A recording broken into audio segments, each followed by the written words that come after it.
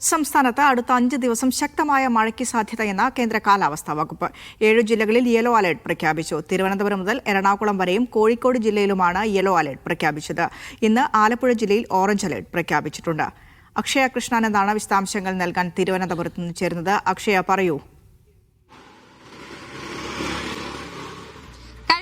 കേന്ദ്ര കാലാവസ്ഥാ വകുപ്പ് അറിയിച്ചത് പ്രകാരം ഒരു ജില്ലയിലും സംസ്ഥാനത്ത് ഒരു ജില്ലയിലും തന്നെ മഴ മുന്നറിയിപ്പ് ഉണ്ടായിരുന്നില്ല. എന്നാൽ ഇന്ന് രാവിലെയാണ് കേന്ദ്ര കാലാവസ്ഥാ വകുപ്പ് തിരുവനന്തപുരം മുതൽ ഇടുക്കി വരെയുള്ള ജില്ലകളിൽ എറണാകുളം വരെയുള്ള ജില്ലകളിൽ യെല്ലോ അലർട്ട് പ്രഖ്യാപിച്ചത്. ഒരു ജില്ലയിൽ, അതായത് ആലപ്പുഴയിൽ ഓറഞ്ച് അലർട്ടുമാണ് പ്രഖ്യാപിച്ചത്.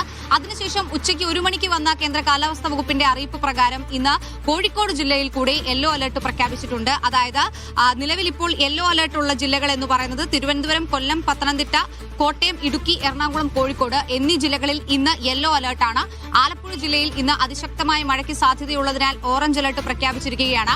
മാത്രമല്ല, മഴയോടൊപ്പം തന്നെ അതിശക്തമായ കാറ്റിനും മണിക്കൂറിൽ 40 മുതൽ 50 വരെ കിലോമീറ്റർ വേഗത്തിലുള്ള കാറ്റിനും സാധ്യതയുണ്ട്. ഇടിമിന്നലിനും സാധ്യതയുള്ളതിനാൽ ജാഗ്രതാ നിർദ്ദേശവും കേന്ദ്ര കാലാവസ്ഥാ വകുപ്പ് പുറപ്പെടുവിച്ചിട്ടുണ്ട്. കഴിഞ്ഞ ദിവസങ്ങളിൽ വന്ന മഴ മുന്നറിയിപ്പ് പ്രകാരം ഒന്നും തന്നെ നാളെയും മറ്റന്നാളും ഒന്നും സംസ്ഥാനത്ത് മഴ ഉണ്ടാകില്ല എന്നുള്ളതായിരുന്നു കേന്ദ്ര കാലാവസ്ഥാ വകുപ്പ് അറിയിച്ചിട്ടുള്ളത്. എന്നാൽ ഇനി അടുത്ത 5 ദിവസങ്ങളിലും സംസ്ഥാനത്ത് ശക്തമായിട്ടുള്ള മഴ ഉണ്ടാകും എന്നുള്ളതാണ് കേന്ദ്ര കാലാവസ്ഥാ വകുപ്പിന്റെ പുതുക്കിയ മഴ മുന്നറിയിപ്പ് പ്രകാരം പറഞ്ഞിട്ടുള്ളത്. എന്തായാലും ഇന്ന് കേരള, കർണാടക, ലക്ഷദ്വീപ് തീരങ്ങളിലൊന്നും തന്നെ മത്സ്യബന്ധനത്തിന് വിലക്കില്ല. പക്ഷേ അതിശക്തമായ മഴയാണ്. ശക്തമായ മഴയ്ക്കൊപ്പം കാറ്റിനും സാധ്യതയുള്ളതിനാൽ കൃത്യമായി ജാഗ്രത പാലിക്കണമെന്നും പറഞ്ഞിട്ടുണ്ട്. അതോടൊപ്പം തന്നെ ആലപ്പുഴ ജില്ലയിൽ ഓറഞ്ച് അലർട്ടാണ്. അതുകൊണ്ട് മുന്നറിയിപ്പിന്റെ ഭാഗമായി, കവചത്തിന്റെ ഭാഗമായി തന്നെ 3:30 അവിടെ സൈറൺ മുഴങ്ങുമെന്നും സംസ്ഥാന ദുരന്ത നിവാരണ അതോറിറ്റി അറിയിച്ചിട്ടുണ്ട്. വിനീഷ. ശരി അക്ഷയ.